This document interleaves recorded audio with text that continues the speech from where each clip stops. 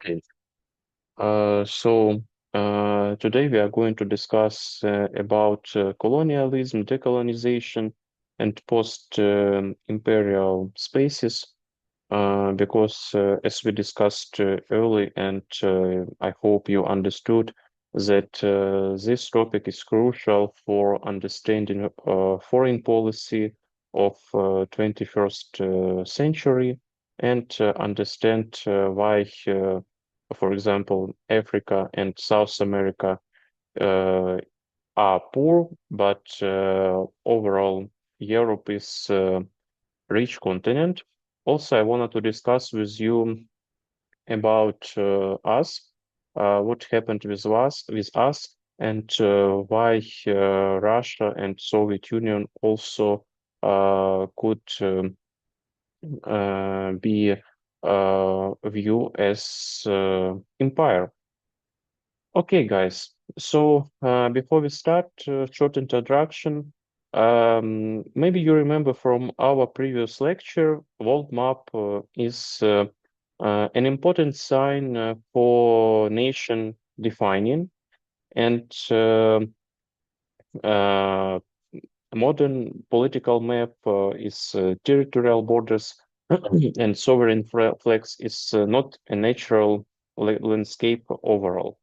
It is a product of European expansion, especially in Africa. Uh, Overall, in Africa, you see a division of countries by line, and that is the reasons of this division are not in landscape. These reasons are political. And today we will discuss about cartographic violence, post-colonial theory, regional divergences, and digital colonialism, because today we also could constant that we have new empires, but these empires are not military, they are more digital. Okay.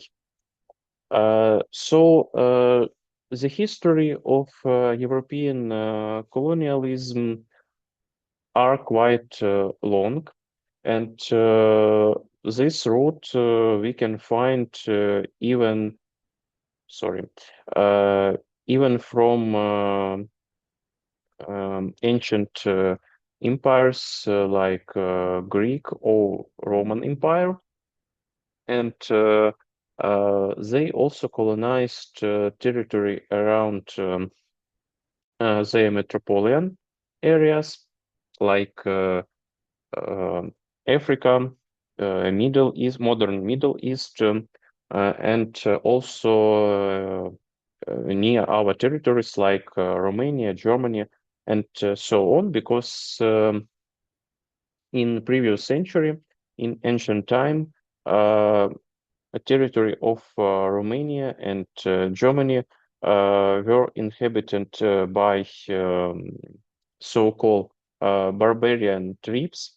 Uh, they uh, they weren't so developed like ancient Rome or Greece. They hadn't their political system, social system, and so on. It was so-called agricultural tribes, and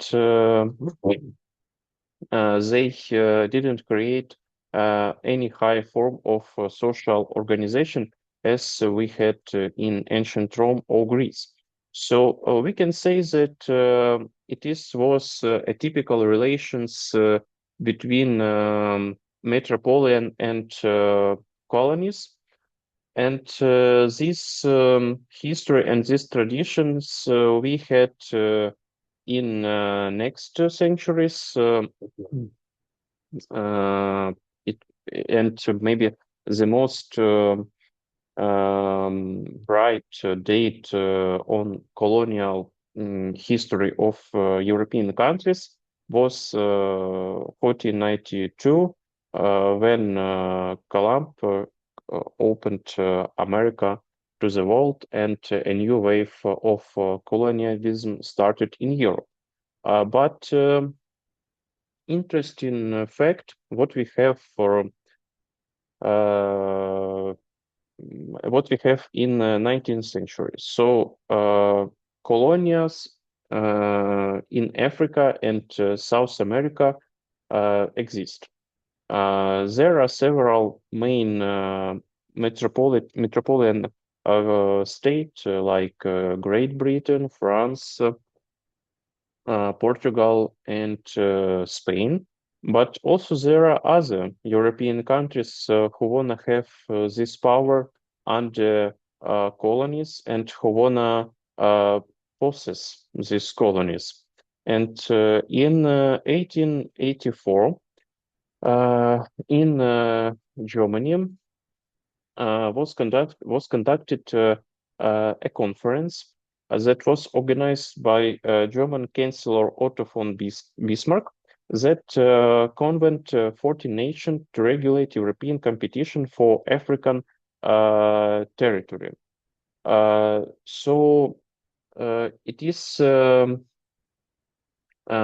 bright example how European country decided density of Africa's tribes because during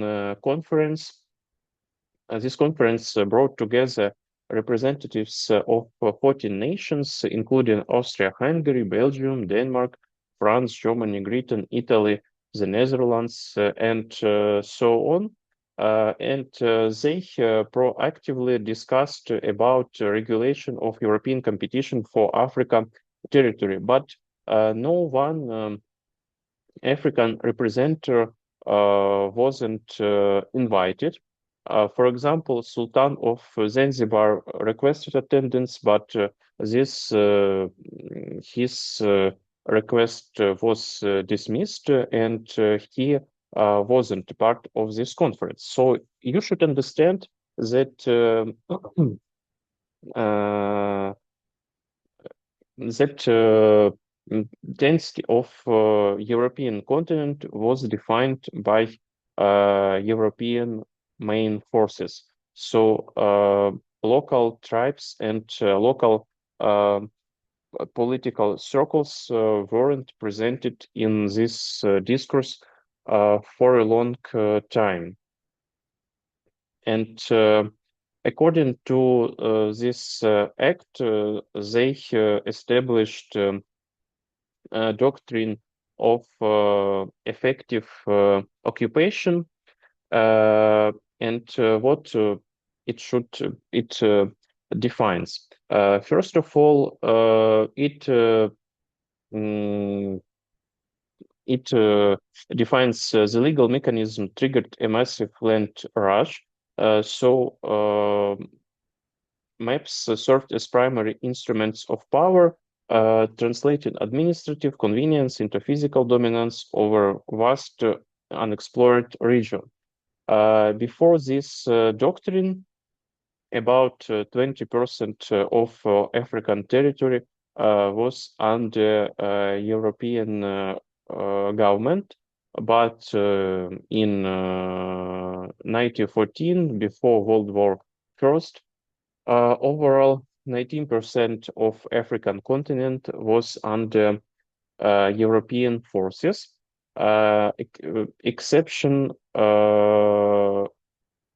Exceptions were Ethiopia and Liberia. They stayed sovereign. Um, yes, and here you can see a diagram that 20% of Africa before this doctrine was colonized, and then overall 90% um, also added to this territory.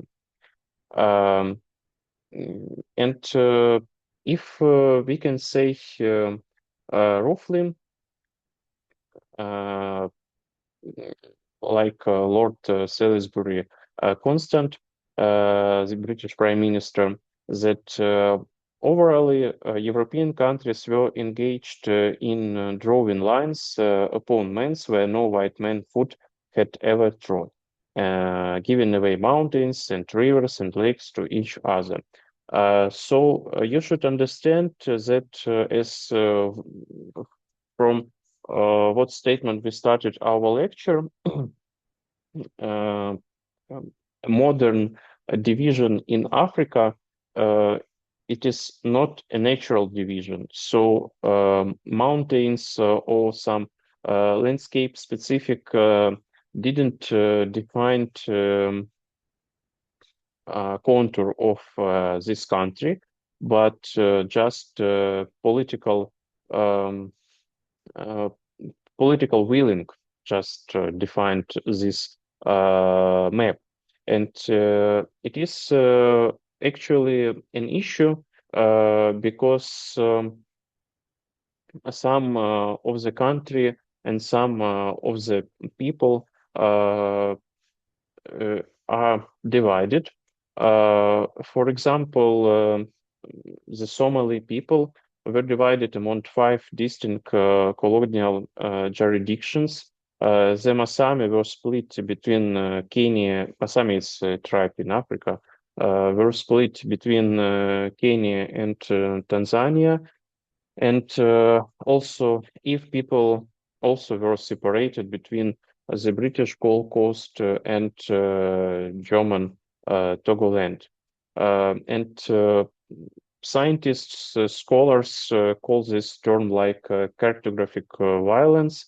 Um, uh, and also this um,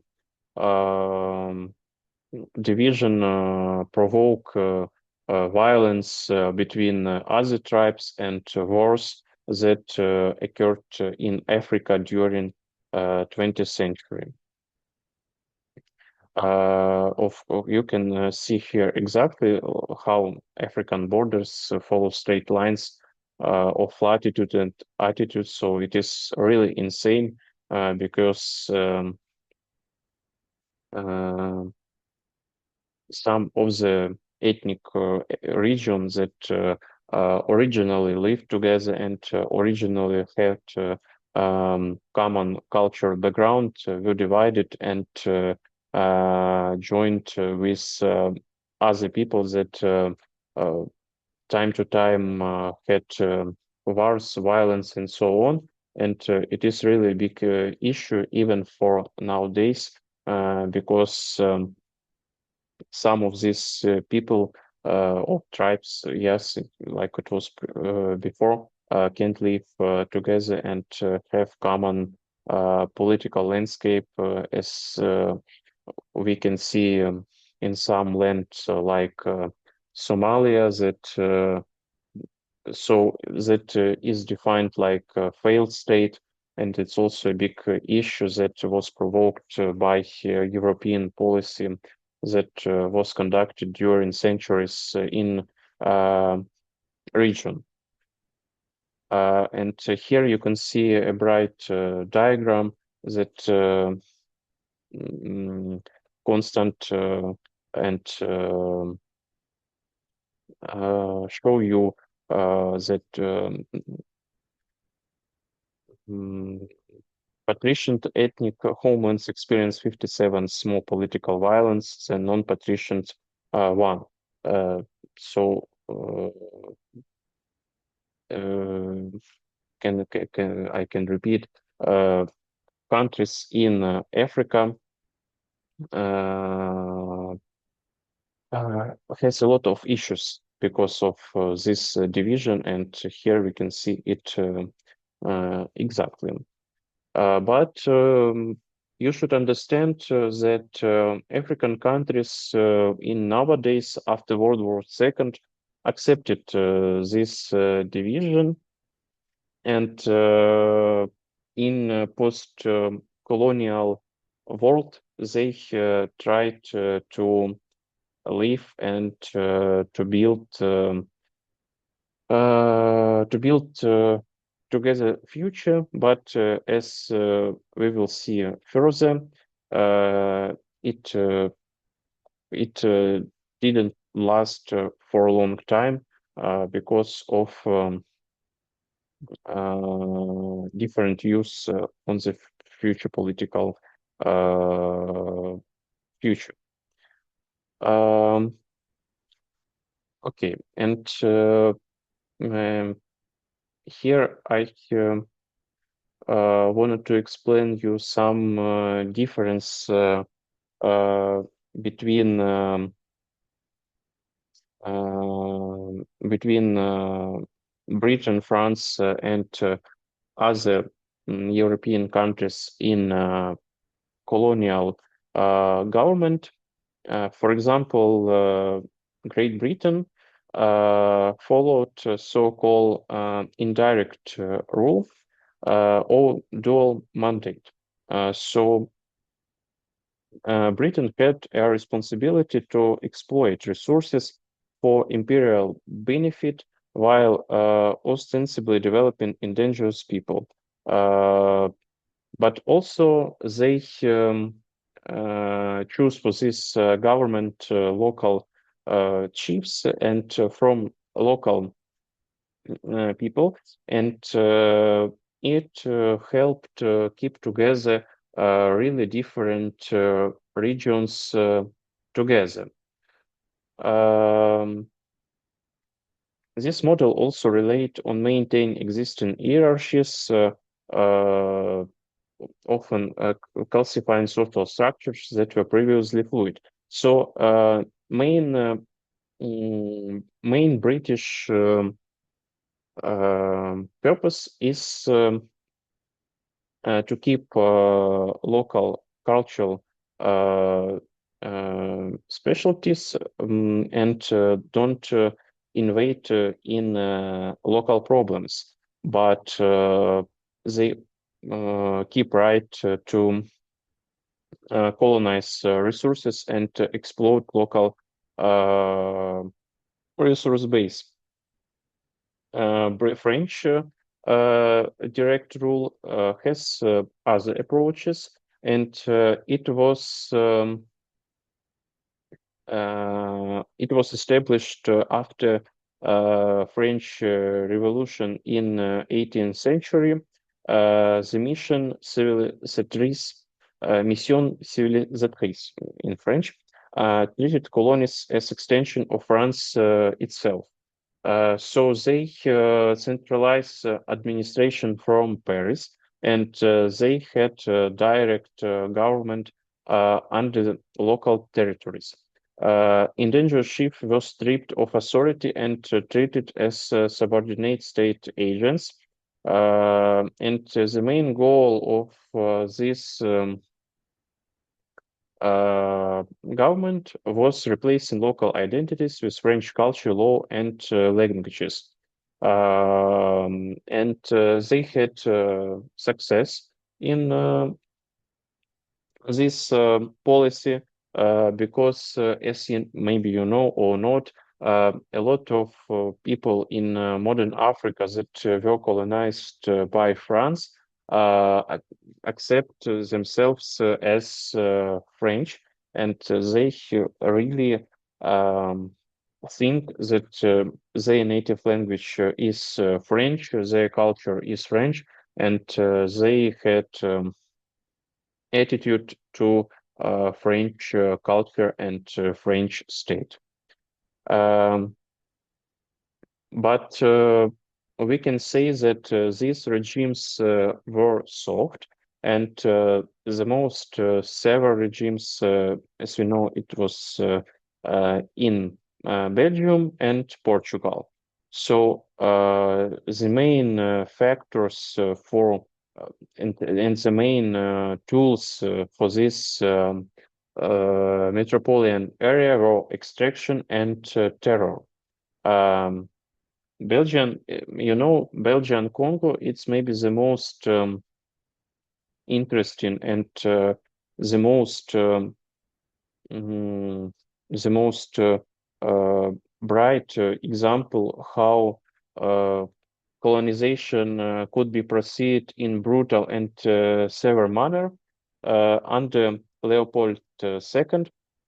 It is 19th-20th century.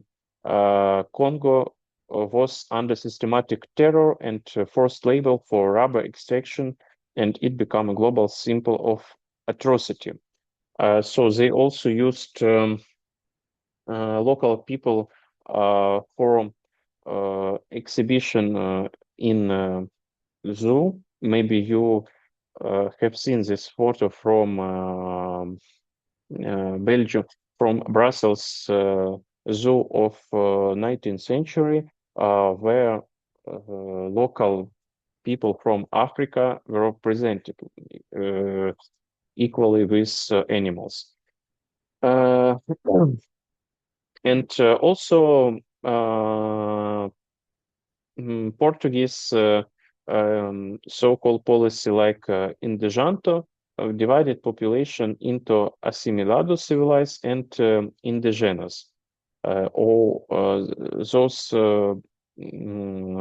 those persons who didn't assimilate with Portuguese culture. And by 1958, only 0.7% of Angolans can achieve assimilated status. So what does it mean? It means that roughly they framed rules how local people could become equal to Portugal people. And these rules were very strict and severe. So just minority of Angolas, Angolans achieved and got this status. But also it stressed how colonial policy can be insane and fully, because you should understand that when metropolitan government issued some rules for becoming a real Portugal or real someone, it is in an issue is en route, because you should understand that it is one of the method of violation, and it is a real problem for this colonial policy. Another interesting case occurred with Middle East. Colonization of Middle East, it is a really long story that also can be rooted to ancient Greece and ancient Rome, because as you know, Roman Empire and before Roman Empire, Greece Empire colonized actively modern country like Palestine, Lebanon, Syria. All these named were given during Roman and Greek colonization period. That is not natural and native name of this territory. For example, in Palestine was established Romanian government in 1 century before Common Era, and if you read Bible, you should remember passage about Pontius and Pilates. It was representative of Roman government in Palestine, and so I wanted to emphasize that colonization of Middle East is really long, has really long roots and history. And what happened in 19th, 16th century? Happened next issues. Diplomats Sykes and Picard secretly patricianed Arab provinces of the Ottoman Empire. So when Ottoman Empire established, they gained power and started colonization nearby territory. So under their patronage, uh, under their patronage become ruled territory in the Middle East, in Africa, and even in Europe. So Balkans and even Bessarabia, yes, part of Ukraine. Also, Kamenets-Podilsky, for example, also was part of Ottoman Empire, and that it is had a really big issue and impact on this territory. So, in some way, Ottoman Empire was really power and strong force on the geopolitical map, but in 20th century, after World War First, they started to decline, and in 1916, even during World War First, main European forces like France and Britain started division of colony of Ottoman Empire, and under this division also um, also was divided uh, Arabic country or Middle Eastern uh, country.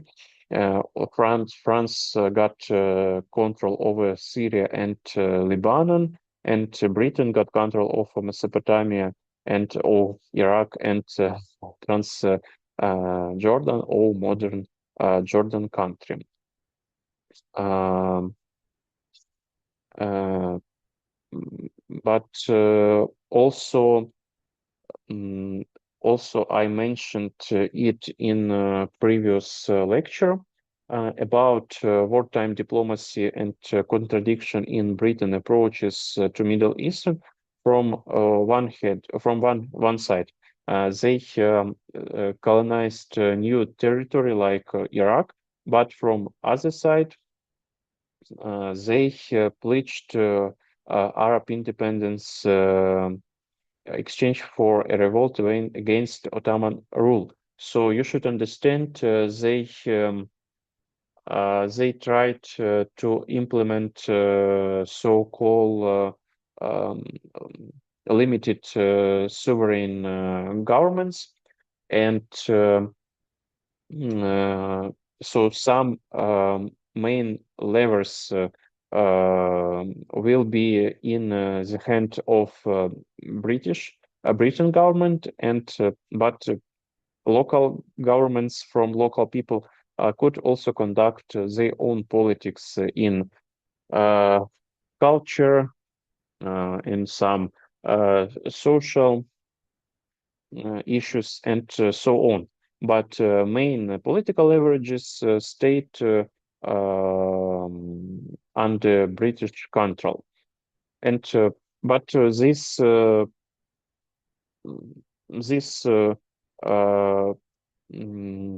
approach could help define main and beat main force in the region, Ottoman Empire.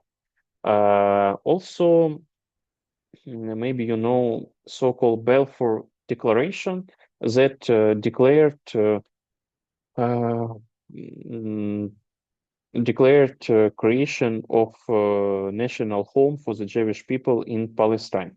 So before Israel emerged on the political map in 20th century, we have so-called limited government. Limited government of territory for Jewish people in Palestine. So it is structure in structure in structure. For example,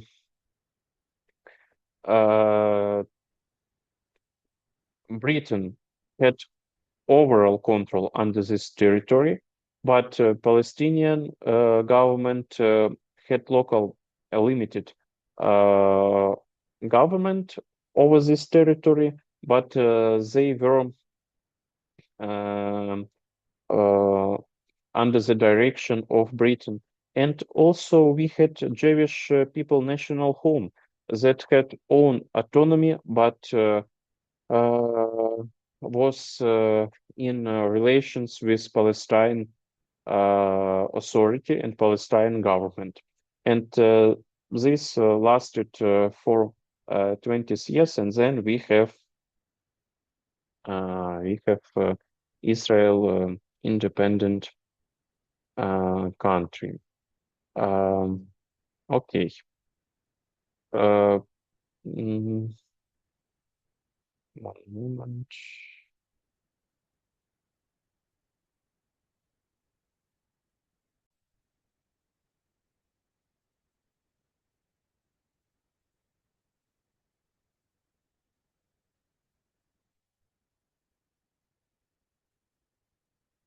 Okay, so let's continue our lecture.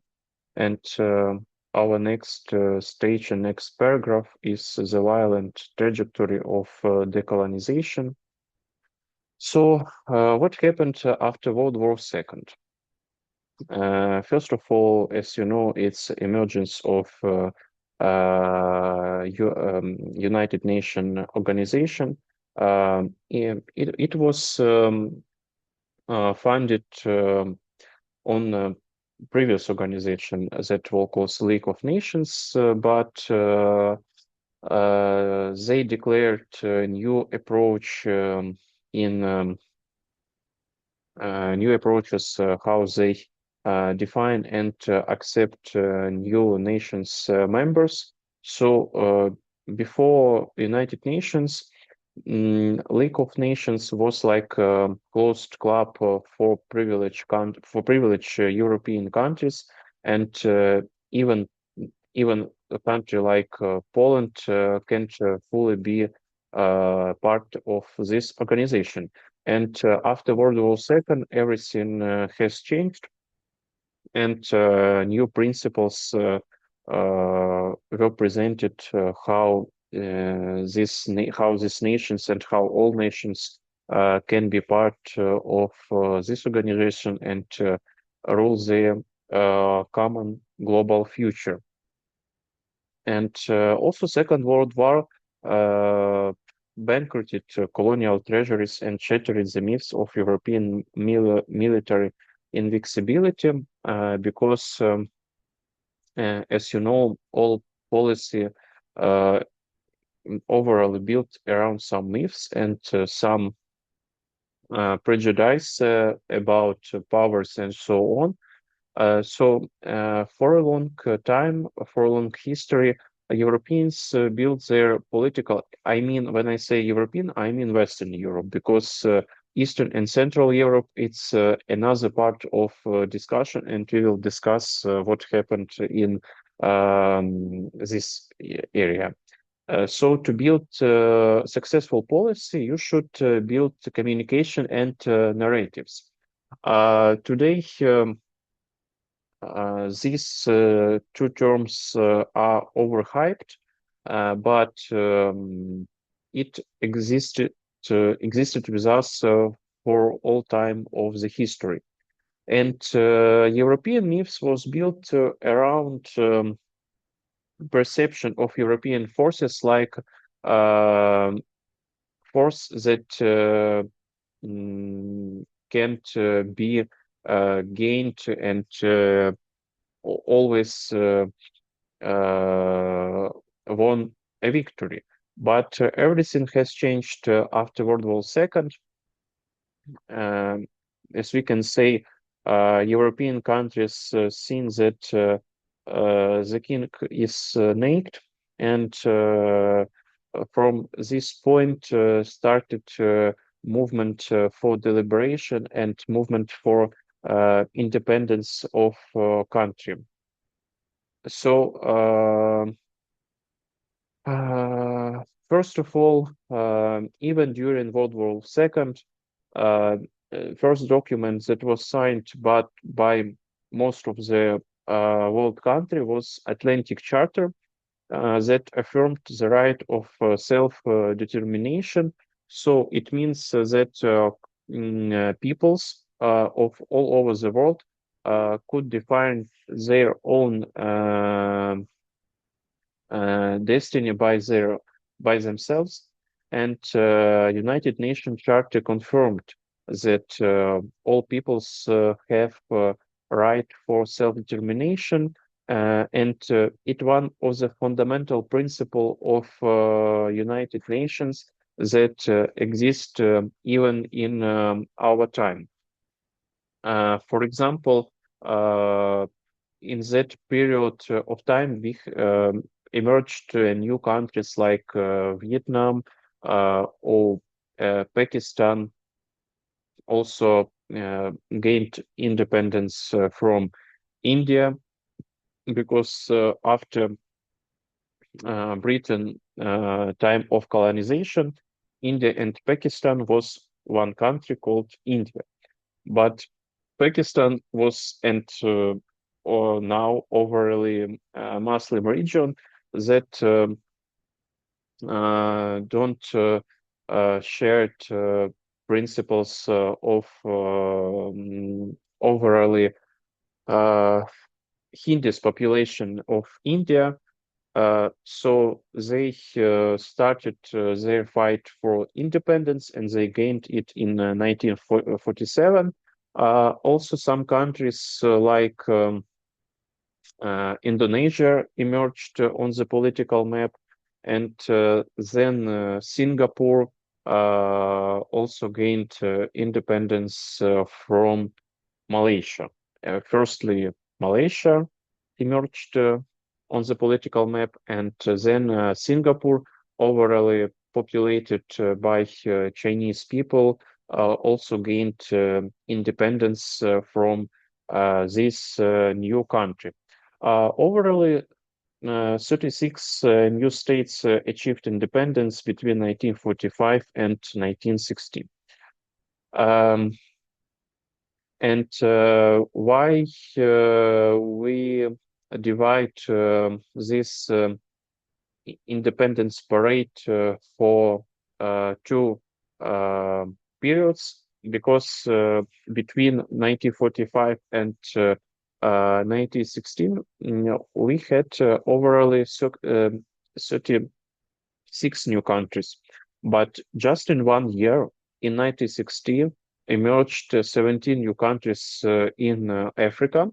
And a lot of metropolitan areas gave this independence to their previous colony.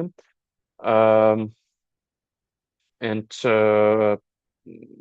why it happened? First of all, thanks to maybe it now it sounds strange, but thanks to United Nations that promoted African independence and decolonization. General Assembly issued Resolution 1514, the Declaration on Guaranteeing Independence to Colonial Countries and Peoples. And but not every European country agreed this new resolution and this new policy. For example, Estado Novo, it's Portugal. Mm, he was part of colonial government and present Portugal. He declined this new resolution and started new way of violence in Portugal colony like Angola, Mozambique, Guinea-Bissau, and so on. So for a long time, this country under Portugal government didn't reach independence, and it happened just in 1918, and in some cases with Namibia during prolonged guerrilla civic war, in other words, just to gain their sovereignty in 1919. So you should understand, guys, that gain independence in Africa, it's a long occurred for a long time, and it just not happened in one day, in one year. So yes, we have some bright and some important date like 1960, but overall, this process was uh, followed by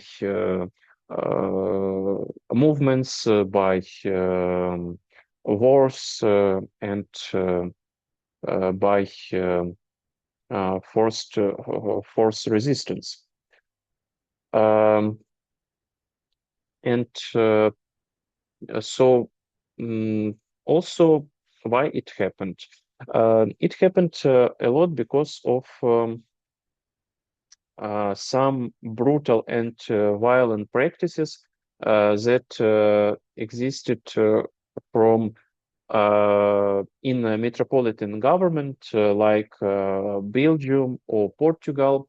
Um, for example, we should understand some distinctions between these two approaches. And first of them is settler colonialism. Um, it is structural, eliminatory, and land-based practices mm, that governed by metropolitan government. Its primary objective is not merely the exploitation of indigenous labor, but the permanent replacement of the indigenous population by colonizing settlers. And we can see these approaches in Algeria that was conducted by France, and in South Africa that was conducted by the Netherlands. Um, but also uh, there is another approach is exploitation colonialism when they extracted labor and resources, and also quite often it all conducted by violence and withdrawal of local indigenous people.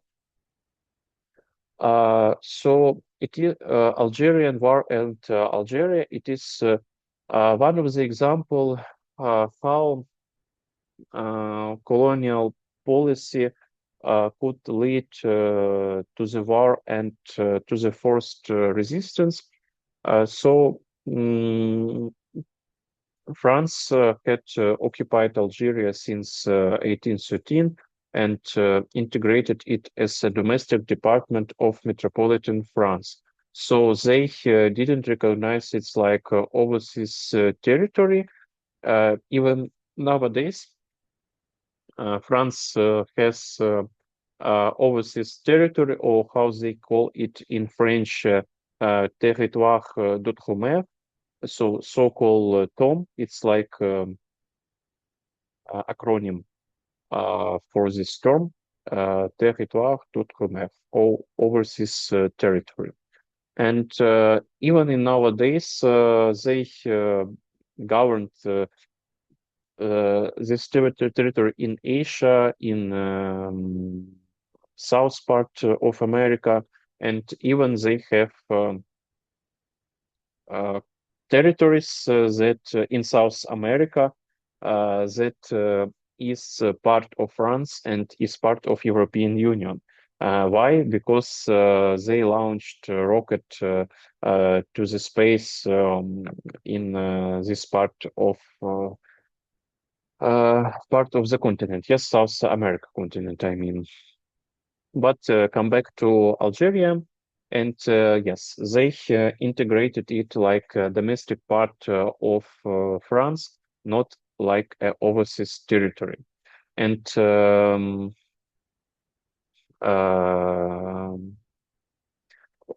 So why they did it? Over 1 million settlers of European descent, known as the PNW, considered Algeria their exclusive homeland.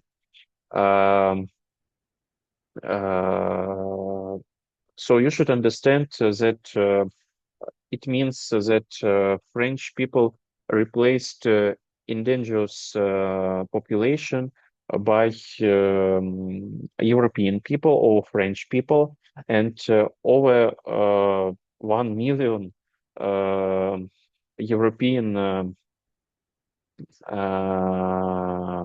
persons lived in Algeria, and they perceived Algeria like their own homeland, and also they fight it with local indigenous forces that was created in 1954, and it was called like Front de Libération Nationale, or a Front of National Liberation, that started their campaign in 1954, and French deployed 500,000 troops, utilized systematic torture during urban counter-insurgency, and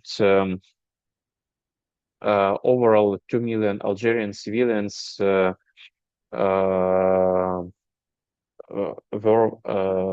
substantive to pacification, so-called pacification hamlets. Yes, pacification hamlet. Um, but also you should understand that Algerian forces won um, in this war, and in this resistance, and they and Fourth France Republic collapsed, and emerged a new so-called Fifth Republic. So you should remember that after French Revolution, France have some intention to um, creation so-called new republic. When they adopted new constitution, they proclaimed new republic that um, followed by some values that not the same with the previous one. And after World War II, under the government of Charles de Gaulle, they launched Fourth Republic, and then when they uh, didn't win in war in Algerian war, they proclaimed Fifth Republic that should be more tolerant and should also respect other peoples for their right of liberation.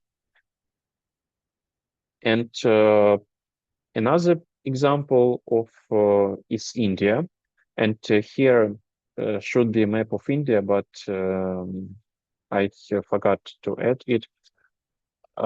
So why it's important case in our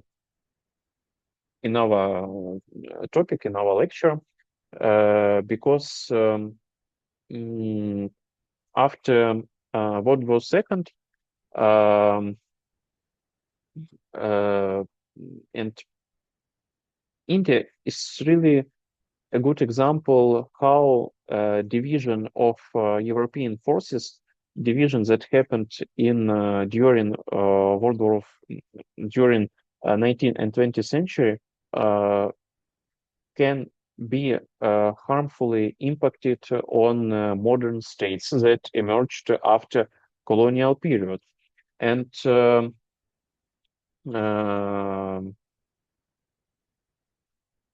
in 1947 started a new war for independence in India. Some region rebelled against India government, and it occurred overall 20 million people displaced, and to 2 million people killed in communal violence.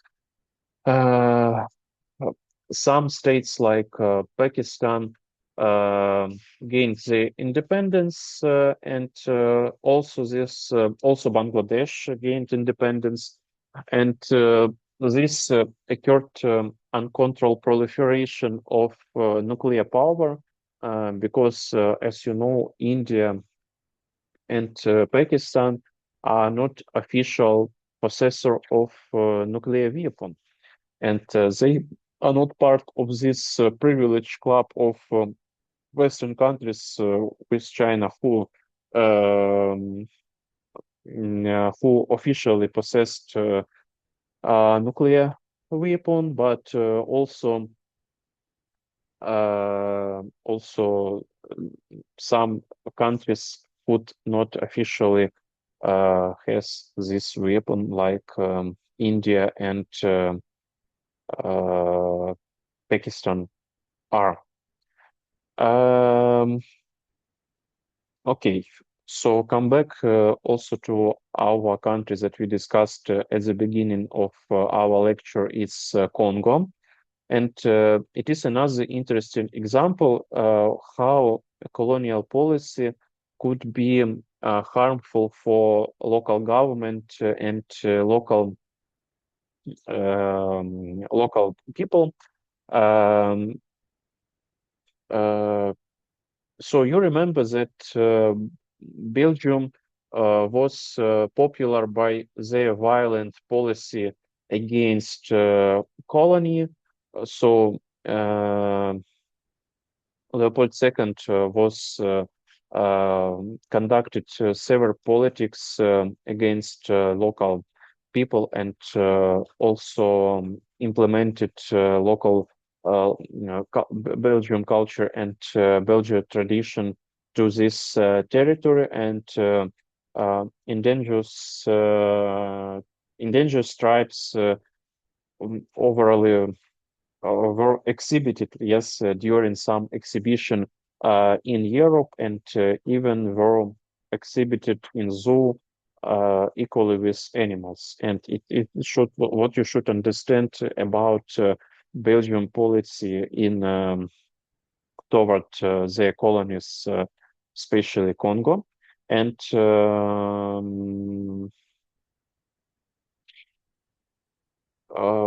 it led to the situation when Belgium started the process of Congo. There were no uh, uh, local governor who could accept and who can take part of take government from Belgium government. And because there were no higher education among local population, and no administrative capacity building, all function for this for this feature, yes, was in the hand of metropolitan Belgium area. Um, and in 3 weeks of independence, the Congolese army mutinated, and Belgian paratroops unilaterally invested to protect European assets, and the mineral-rich Katanga province succeeds the covered Belgian baking. So you should understand that when a new country like Congo emerged, local settlers who were settled there by the Belgian government started their own guerrilla or civil war against this new country and this new government, and they uh, come back and retain old regime that was lasted really for a long time, for 32 years. And you should understand about some kind of cynism that that was in this situation is that European countries supported this new government unofficially, but they supported it, and this all what you should understand about policy of tolerance and so on in implementation of European countries. So if it's have some benefits for local government, they will support it even if some local practices not followed their values and so on. Okay, so maybe just shortly, I will tell you about non-aligned movement. So during Cold War, in countries like Africa and South America, emerged so-called non-aligned movement. So it is an official statement when government don't want to be part of some Western or Eastern Soviet policy, and they try to elaborate and develop their own policy that concerns economical, financial, industrial, and today information space.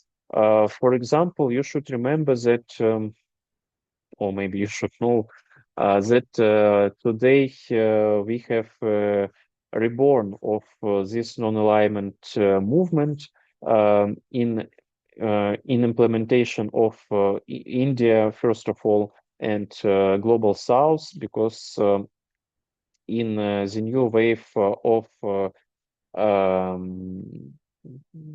of battle, yes, between East and West, or West and Russia with China. It happens in all domain of nowadays, and even in cyberspace. And this new response of global South countries against this battle and their desire to not be part of this battle. And this movement just started a new life. Okay, so now about origins and evolution of post-colonial theory.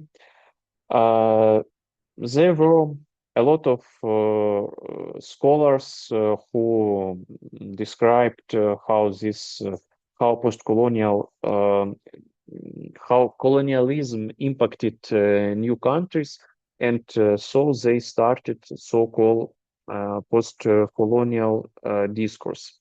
So one of the founder of this discourse is Aimé Césaire.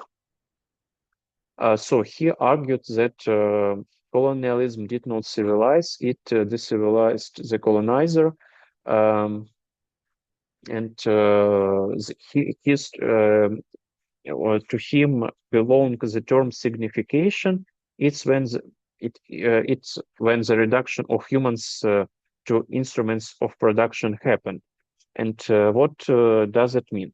It means that overall you can hear even now that European countries and colonialism give positive effect for African and South America development, but that is not true exactly. Why? Because they eliminated local practices that could elaborate something new and their own policy and their own lens on this world, but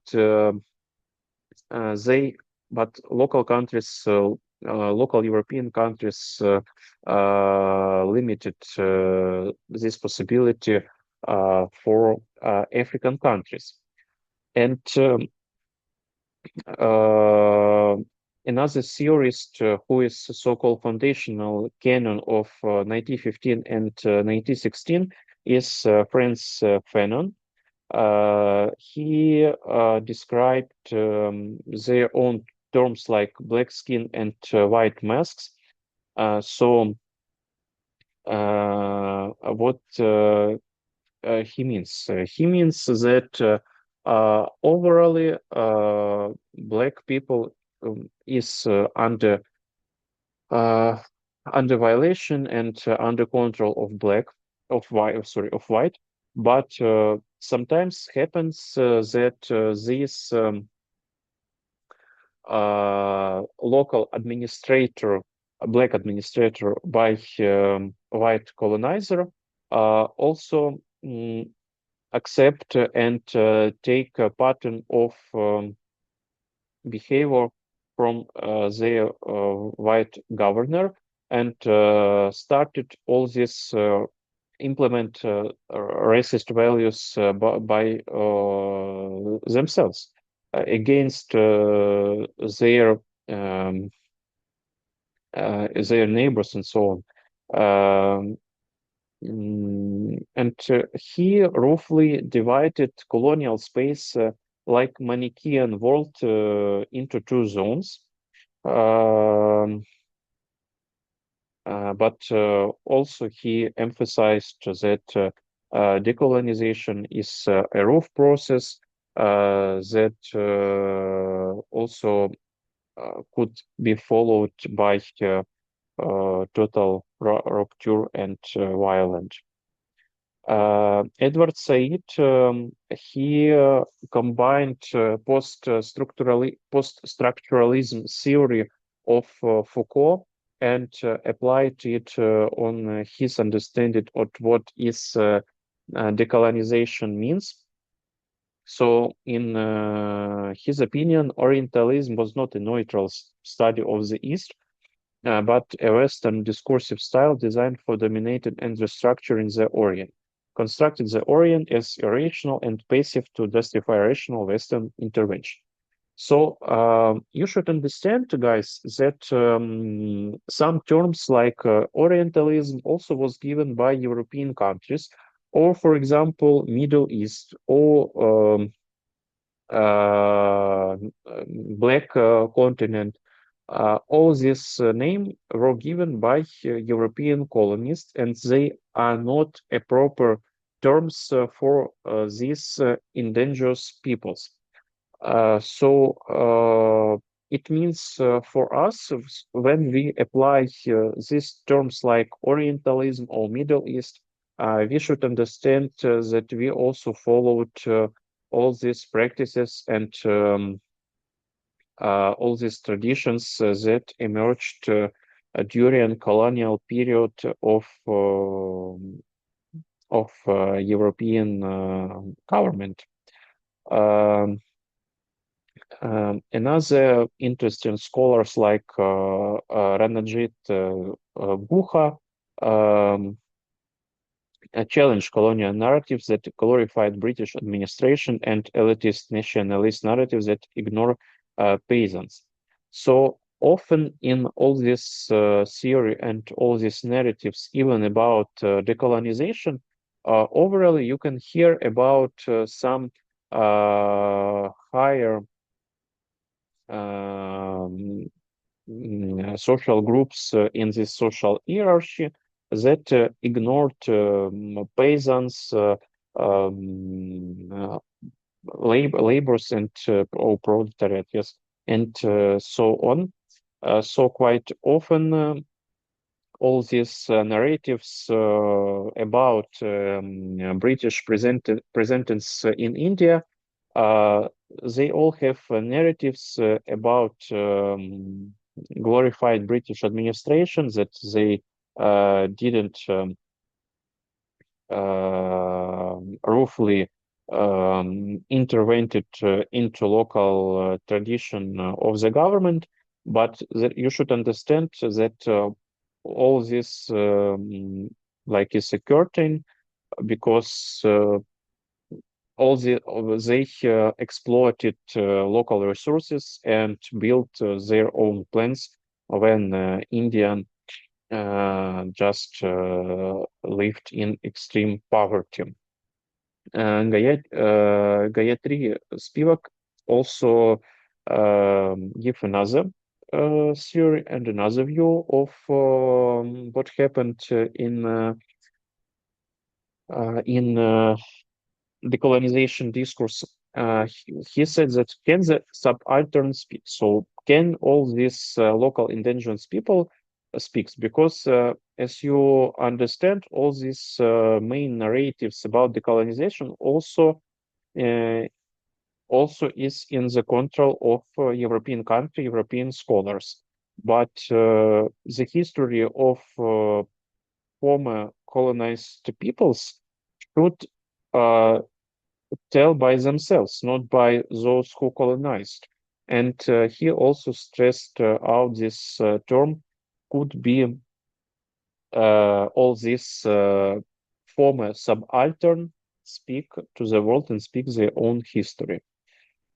Okay, so I think that we can skip Hamid Habha because he is quite similar with previous scholars, and comparative post-colonialism, because when we apply all these terms, you also should understand that there is no the same approaches in colonial paradigm. So when we talk overall about post-colonialism, we overall mean South Asia, and we use terms like Orientalism, hybridity, mimicry. When we say about decoloniality, we mean Latin America, and we use concepts like coloniality of power and delinking. When we use anti-colonialism, overall we mean Africa, and neo-colonialism, necropolitics like terms. Post-socialist, it's Eastern Europe, internal colonization, double difference. So also you should remember that on our territory, we use post-Soviet. That is also paradigm of post-colonial studies, but maybe, as you mentioned, that is not represent largely in our discourse and even during our lecture, because there are not so much materials for investigation.